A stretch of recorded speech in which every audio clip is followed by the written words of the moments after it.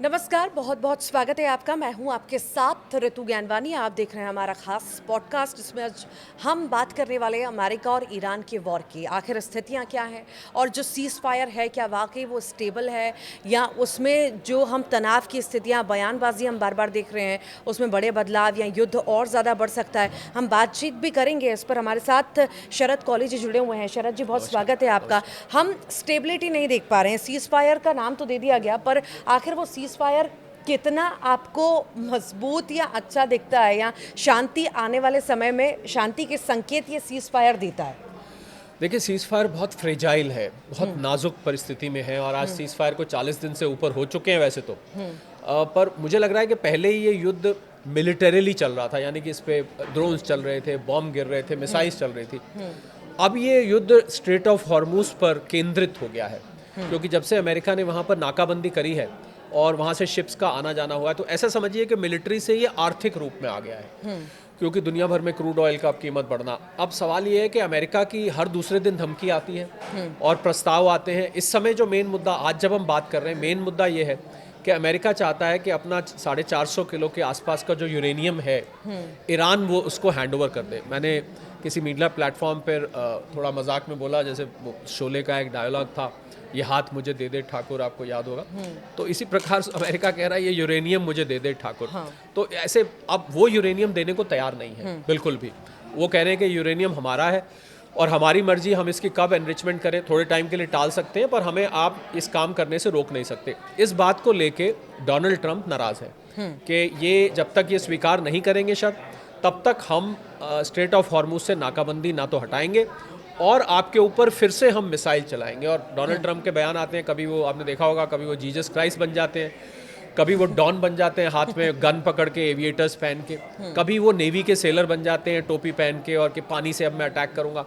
तो ये बड़ा ही विचित्र एक परिस्थिति बनी हुई है कि ना ऐसा लग रहा है कि ऋतु ट्रंप की गले की हड्डी बन चुका है ये युद्ध। ना वो आगे जाने लायक है, क्योंकि आगे जाते हैं अगर वो अटैक करते हैं तो इस समय परिस्थिति गंभीर है और चाइना और रशिया अप्रत्यक्ष रूप से ईरान के साथ खड़े हुए हैं। प्लस इन्होंने अपने बहुत बड़ी मात्रा में अपने हथियार खर्च कर दिए हैं अमेरिका ने। तो आगे जाते हैं तो ये युद्ध और घमासान होता है और युद्ध का फैलने के डर है। और ईरान ने धमकी दे दी है कि अगर आपने अब अटैक किया तो हम UAE, Qatar, Bahrain, Saudi Arabia को नहीं छोड़ेंगे। अमेरिका के जो वहाँ बेसिस हैं, अमेरिका के जो वहाँ हथियार हैं, जो भी अमेरिका का इंफ्रास्ट्रक्चर है, हम उसको तहस नहस कर देंगे। इस वजह से अमेरिका आगे नहीं जा पा रहा, क्योंकि इनको सऊदी अरेबिया, यूएई रोक रहे हैं कि अभी आप ये कदम मत उठाइए, क्योंकि इनके देशों की अर्थव्यवस्था पूरी तरह से खत्म हो चुकी है। मैं यूएई की बात कर रहा हूँ, Saudi Arabia, Qatar, Bahrain, Kuwait की बात कर रहा हूँ। अगर ये पीछे हटते हैं तो इनकी बेइज्जती होती है, फिर तो हार स्वीकार हो जाएगी। तो ऐसी परिस्थिति में डोनाल्ड ट्रंप फंस गए हैं, तो नई नई डेडलाइंस देते रहते हैं वो बार बार। जैसे अब मैं 2 दिन बाद अटैक करूंगा, फिर अच्छा पाकिस्तान को मैसेंजर बना रखा है, उनके थ्रू कोई मैसेज आ गया, फिर मैं इस मैसेज पे विचार करूंगा। अब ज्यादातर शर्तें तो 1 घंटे में करने ही वाला था। हाँ, बस करने वाला था वो तो यूएई ने और सऊदी अरेबिया ने मुझे कह दिया तो मैं रुक गया। इस प्रकार की ऐसा लग रहा है कि बहानेबाजी चल रही है, किसी तरह इस युद्ध से वो निकल जाए, वो निकलना चाहते हैं। डर में है, बिल्कुल गले की हड्डी बन चुका है। बिल्कुल गले की हड्डी है और डर भी है। गले की हड्डी तो ये होती है कि आगे जाने लायक, पीछे जाने लायक, पर उनको अब डर लग रहा है, क्योंकि हो क्या रहा है ऋतु कि उनके अपने देश में इनकी अप्रूवल रेटिंग गिर चुकी है। इनका मिड टर्म इलेक्शन है अमेरिका में नवंबर में, इनकी अर्थव्यवस्था की हालत खराब है और इनके अपने रिपब्लिकन्स, अभी एक वोट हुआ था जिसमें प्रेसिडेंट पावर की हुई थी, उसमें इनके अपने ही रिपब्लिकन्स ने इनके खिलाफ वोट दे दिया कि इनको अब युद्ध करने का अधिकार ना दिया जाए। हालांकि उसको वीटो कर सकते हैं, ये इतना फर्क नहीं पड़ा। पर नाराजगी वहां पर है, नाराजगी जनता में भी है, इनकी अपनी पार्टी में भी है।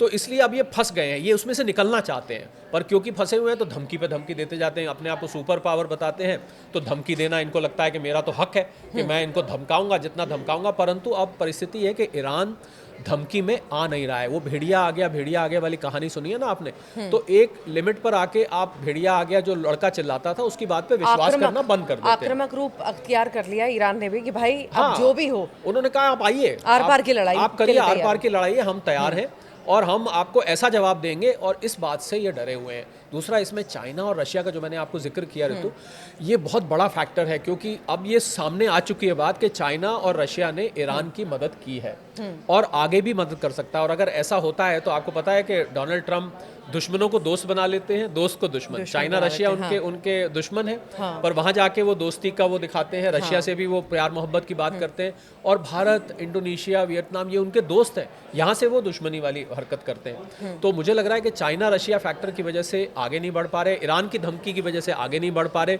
मिडिल ईस्ट के देशों में अटैक की वजह से आगे नहीं बढ़ पा रहे, अच्छा, और पीछे नहीं बढ़ पा रहे, बातचीत बार बार बेनतीजा निकल रही है, टॉक्स फेल हो रही हैं, क्योंकि कोई फायदा नहीं है बातचीत करने का। इसी बीच ऐसा लगता है क्या कि जब इन दोनों की बात ही नहीं बन रही है, ईरान की, अमेरिका की, इजराइल कहीं ना कहीं इससे फायदा उठा सकता है, अटैक कर सकता है? नहीं, इजराइल बिना अमेरिका के पूछे ऋतु अटैक नहीं करेगा, क्योंकि इजराइल अमेरिका के दम पर अटैक कर रहा है। इजराइल अगर अकेला अटैक करता है तो ईरान में ये क्षमता है कि वो इजराइल को डिस्ट्रॉय कर दे। पहले भी आपने देखा था जब युद्ध चला था 28 फरवरी से, तो इजराइल तेल अवीव के ऊपर बेहिसाब हमले हुए थे। तो इसलिए इजराइल अकेले डोनाल्ड ट्रंप उसको नहीं करने देंगे, क्योंकि अकेले करेंगे तो फिर तो यहाँ से हमले फिर वापस शुरू हो जाएंगे। तो बहुत ही विकट परिस्थिति में ये युद्ध है। और इसका नतीजा क्या हो रहा है? इसका नतीजा ये हो रहा है कि खुद अमेरिका की अर्थव्यवस्था लड़खड़ा गई है, दुनिया भर की अर्थव्यवस्था लड़खड़ा कर रही है। गैस और ऑयल सप्लाई, जिसको जीडीपी कहते हैं, गैस, डीजल, पेट्रोल, ये तीनों चीज़ें इस समय दुनिया भर में कहीं शॉर्टेज हो गई है, कहीं लोग कीमतों से परेशान हैं, कहीं पर क्यू लग रही हैं, कहीं पर पेट्रोल डीजल है नहीं, कहीं पर 100% कीमत बढ़ा दी गई है। तो मुझे लग रहा है ये मिलिट्री युद्ध से अब ये आर्थिक युद्ध में कन्वर्ट हो चुका है। भले ही इसको अंग्रेजी में हम बोलते हैं काइनेटिक वॉर नहीं चल रहा है। काइनेटिक वॉर का मतलब होता है एक्टिवली आप उस पर फायरिंग नहीं चल रही है, बॉम्बिंग नहीं चल रही है, ड्रोन नहीं गिरा रहे हैं, मिसाइल्स नहीं गिरा रहे हैं, परंतु आर्थिक रूप से अब ये ज़्यादा नुकसान पहुंचा रहा है पहले से भी। पर मिलिट्री प्रेशर जिस तरह से अमेरिका लगातार बढ़ा रहा है ईरान पर, इसका असर हम क्या दिखेंगे आने वाले समय में? मुझे लगता है ईरान और भड़केगा। और ईरान में एक और समस्या खड़ी हो गई कि ईरान में मुश्तबा खमेनाई साहब का आपको पता ही लगा होगा कि वो बीमार हैं, घायल हैं, सामने नहीं आ रहे हैं, कोई कहते हैं वो कोमा में हैं, कोई कहते हैं वो रिकवर कर रहे हैं, अलग अलग खबरें सामने आती हैं। पर ये सच है ऋतु कि इस समय ईरान में बहुत डिवाइसिव अथॉरिटी हो गई है। डिवाइसिव अथॉरिटी का मतलब है कि अलग अलग पक्ष ऐसा लगता है खड़े हो गए हैं। तो ईरान में अब एक आवाज़ नहीं आ रही है। मतलब ये हो सकता है कई दफ़े, जैसे अभी पीछे यूएई और सऊदी अरेबिया पे अटैक हुआ, तो ईरान, अभी कुछ दिन पहले की बात है, तो ईरान ने डिनाई कर दिया कि हमने तो नहीं करा। इससे ये सिद्ध हो रहा है कि ईरान में अब अलग अलग गुट बन गए हैं। तो कोई गुट है जो अभी भी अटैक करने को बैठा है, एक गुट है जो बातचीत के प्रस्ताव भेजता है, एक गुट है जो खमेनाई साहब की बात सुनता है, एक गुट है जो न्यूट्रल है, एक गुट है जो नहीं लड़ाई चाहता है। तो ये अलग अलग ऐसा लग रहा है कि ईरान के अंदर अब इस समय डिवाइसिव अथॉरिटीज़ बन गई, और ये बहुत खतरनाक है, क्योंकि इससे क्या होगा कि अगर समझौता हो भी गया तो हो सकता है वो जो दूसरा गुट है वो उसको ना माने, तो फिर तो समझौता कभी भी नहीं होगा, क्योंकि वो दूसरा गुट, एक गुट तो ऐसा है ईरान में ऋतु जो समझौता करने को तैयार ही नहीं है, बातचीत करने को तैयार। या अब्बास अराक्ची जो है उनके विदेश मंत्री, ये बातचीत करते हैं, पर ईरान में, क्योंकि ईरान में 32 कमांडमेंट्स हैं अलग अलग, तो उन कमांडमेंट्स में कुछ कमांडमेंट्स किसी भी कीमत पर कोई बातचीत करने को तैयार नहीं है। वो केवल और केवल हाँ ये ज़रूर मान गए हैं कि ठीक है, जब तक बातचीत चल रही है तो हम सीज़ फायर कर देते हैं। हालांकि मैं बताऊंगा, सीज़ फायर के दौरान भी जैसे यूएई और सऊदी अरेबिया भी अभी कुछ दिन पहले अटैक हुआ, तो ये इस बात को जतला रहा है कि परिस्थिति बहुत खतरनाक है। और आर्थिक रूप से मैं समझता हूँ दुनिया के ऊपर एक बहुत बड़ा महंगाई का बॉम्ब, वहाँ बॉम्ब गिरे ना गिरे, परंतु एक महंगाई का बॉम्ब पूरी दुनिया पर गिर चुका है। और भारत में हम महसूस ही कर रहे हैं। बिल्कुल महसूस कर रहे हैं। आप देखिए, दूध से लेके सब्जी, फल, अब तो हर चीज़ महंगी होती जा रही है। और जिन चीज़ों का ऋतु, मज़े की बात यह है कि जिन चीज़ों का कोई इंपोर्ट से लेना देना भी नहीं है, वो लोग भी महंगाई बहती गंगा में जैसे हाथ धो रहे हैं कि भैया अब तो महंगाई हो गई है। कोई सड़क के किनारे बेच रहा है, नारियल बेच रहा है, अब तो भैया महंगा हो गया है। मतलब आपने क्या, नारियल आप इंपोर्ट नहीं कर रहे, कुछ नहीं कर रहे। तो मुझे महंगाई एक वायरस की तरह है। मैंने इसको ऋतु नाम दिया इकोनॉमिक कोविड। एक आर्थिक कोरोना की तरह से ये धीरे धीरे फैल रहा है। और आपने देखा, कोविड में लोग घर बैठ गए थे, इसमें प्रधानमंत्री जी ने कहा वर्क फ्रॉम होम करिए, वर्चुअल मीटिंग्स करिए, ऑनलाइन क्लासेस करिए। कुछ मुझे इसमें अब कोविड के सिम्टम्स नज़र आ रहे हैं, और हर बीतता हुआ दिन ये दुनिया के लिए बहुत बड़ी मुसीबत खड़ी कर रहा है। अर्थव्यवस्था के लिहाज से हम देखें ये आम जनता को ये महंगाई की मारी तो झेलनी पड़ रही है, थोड़ा बहुत किचन पर असर आ रहा है, या पेट्रोल डीजल इन सारी चीज़ों पर। हालांकि चौतरफा महंगाई का असर हम देखते ही हैं, पर अगर हम बड़े लेवल पर देखें, बड़े बिजनेसमैन को देखें, या अलग अलग चीज़ें देखें, उन पर कैसा असर हमें इसके आने वाले जो है समय में देखने को मिलेगा, या अभी दिख रहा है? देखिए, जिसके पास बहुत पैसा है, जो बहुत अमीर है, उसकी सेहत पे तो इतना फ़र्क पड़ता नहीं है। सेहत पे तो नहीं आप पड़ेगा। अगर 100 रुपये पेट्रोल हो जाए या 150 भी हो जाए, वो व्यक्ति दे देगा। फ़र्क पड़ता है निचले स्तर पर, गरीब जनता जो है, लोअर मिडिल क्लास है, मिडिल क्लास है, वहाँ पर उनको सबसे ज़्यादा ये मुसीबत झेलनी पड़ती है, क्योंकि उनका घर का बजट बिगड़ जाता है। और मैंने तो लोगों को सलाह दी कि आप सब घर के लोग एक साथ बैठिए, कागज़ पेंसिल लेके बैठिए, और वहाँ पर सब लोग अपने खर्चों की लिस्ट बनाएं। जो फिजूल खर्चे हैं, जो फालतू के खर्चे हैं, जो अवॉइडेबल खर्चे हैं, उनको काट दें, उनको मत करें, क्योंकि यहाँ से महंगाई आपका बजट बिगाड़ेगी। तो आपके पास उस महंगाई को एब्जॉर्ब करने के लिए आपके पास गुंजाइश होनी चाहिए, एल्बो रूम होना चाहिए। तो इस वजह से मैंने ये सलाह दी है। तो मुझे लग रहा है कि लड़ाई कहीं और हो रही है, पर अब ये लड़ाई आपके घर तक पहुंच चुकी है, इस बात से हम इनकार नहीं कर सकते। और प्रधानमंत्री जी भी इसको लेके चिंतित है। कल आपको पता होगा, प्रधानमंत्री जी ने अपने कैबिनेट के साथ बहुत लंबी एक मैराथन मीटिंग करी, 4 घंटे की। उसमें एनर्जी सिक्योरिटी की बात की गई, उसमें इन्फ्लेशन के ऊपर बात की गई कि क्या कदम उठा सकते हैं हम, जिससे कि लोगों के ऊपर इसका कम से कम भार डाला जा सके। अब जैसी स्थितियां हैं, हम क्या माने कि एक पॉलिटिकल प्रेशर ट्रंप के ऊपर आ रहा है, और ये प्रेशर शायद वो बर्दाश्त नहीं कर पा रहे हैं, पर अभी ऐसी सिचुएशन है कि उन्हें मतलब अब तो डिसीजन लेना ही होगा। दो बातें नहीं चलेंगी, बार बार बयानबाजियां, अलग अलग बात बोलना नहीं चलेगी। एक समय पे तो आप जो कह रही हैं ऐसा होगा ही। हाँ। क्योंकि आप कब तक ये टाल मटोल और बहानेबाजी करते रहेंगे, कब तक आप इसने कह दिया 1 घंटे में होने वाला था। पर ट्रंप एक ऐसे व्यक्ति हैं, उनका जो मानसिक आप विश्लेषण करें तो वो किसी की परवाह नहीं करते हैं। आपने देखा होगा, ना वो किसी सलाहकार की सुनते हैं, ना वो किसी अपने इर्द गिर्द लोग, उनके जो मन में आता है वो करते हैं।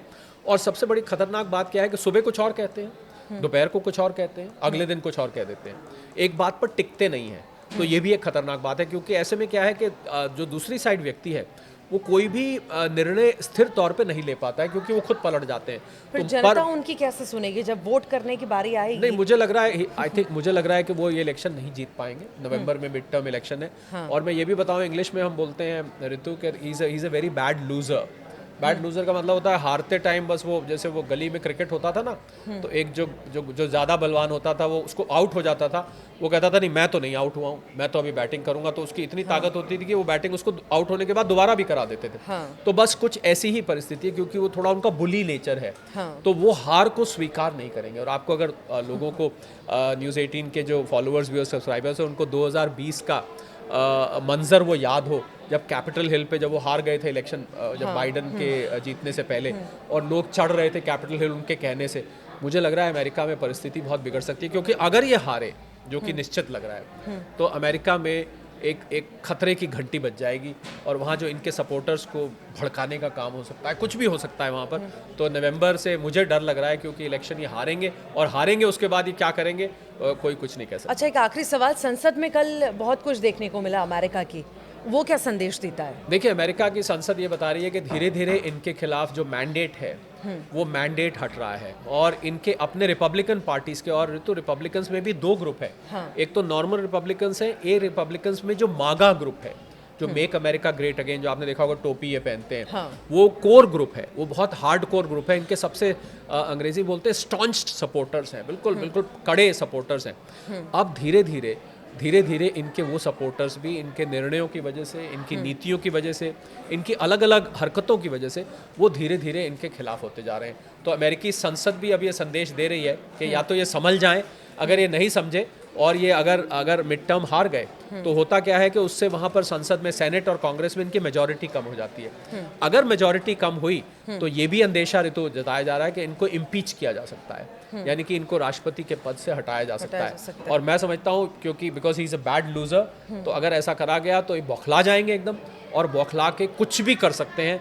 तो बहुत ही खतरनाक मैं आने वाले कुछ महीने देख रहा हूँ।